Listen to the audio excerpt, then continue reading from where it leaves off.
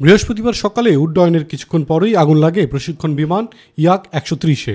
ঘনবসতিপূর্ণ এলাকার উপর আগুন লাগায় বড় ক্ষয়ক্ষতি এড়াতে দুর্ঘটনা কবলিত বিমানটি নিয়েই কর্ণফুলী নদীর কাছে যান দুই পাইলট। সেখানেই সেটি বিধ্বস্ত হয়। এ সময় জরুরি অবস্থার প্যারাশুটে দুই পাইলট বেরিয়ে আসলেও পরে প্রাণ হারান স্কোয়াড্রন লিডার আসিম জাওয়াদ। রাতেই বিধ্বস্ত হওয়া উড়োজাহাজটি কর্ণফুলী নদী থেকে উদ্ধার করেছে নৌবাহিনী। একই সময়ে জাওয়াদের প্রথম নামাজে জানাজা হয় চট্টগ্রামে।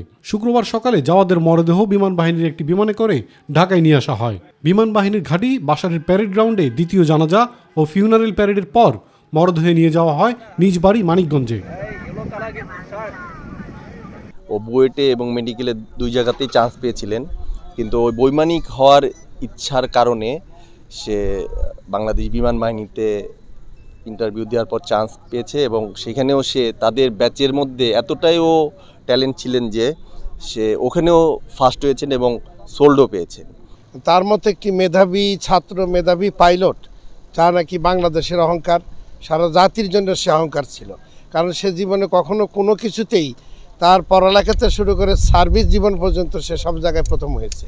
মানিকগঞ্জের শহীদ মিরাজ তপন স্টেডিয়ামে তৃতীয় ও শেষ জানাজার পর শহরের সেওতা কবরস্থানে চিরনিদ্রায় শায়িত হন এই বৈমানিক। অসীম জাওয়াদের মৃত্যুতে শোকাচ্ছন্ন সহকর্মী থেকে শুরু করে এলাকার বাসিন্দারা। ইলিয়াস কমল, মাই টিভি।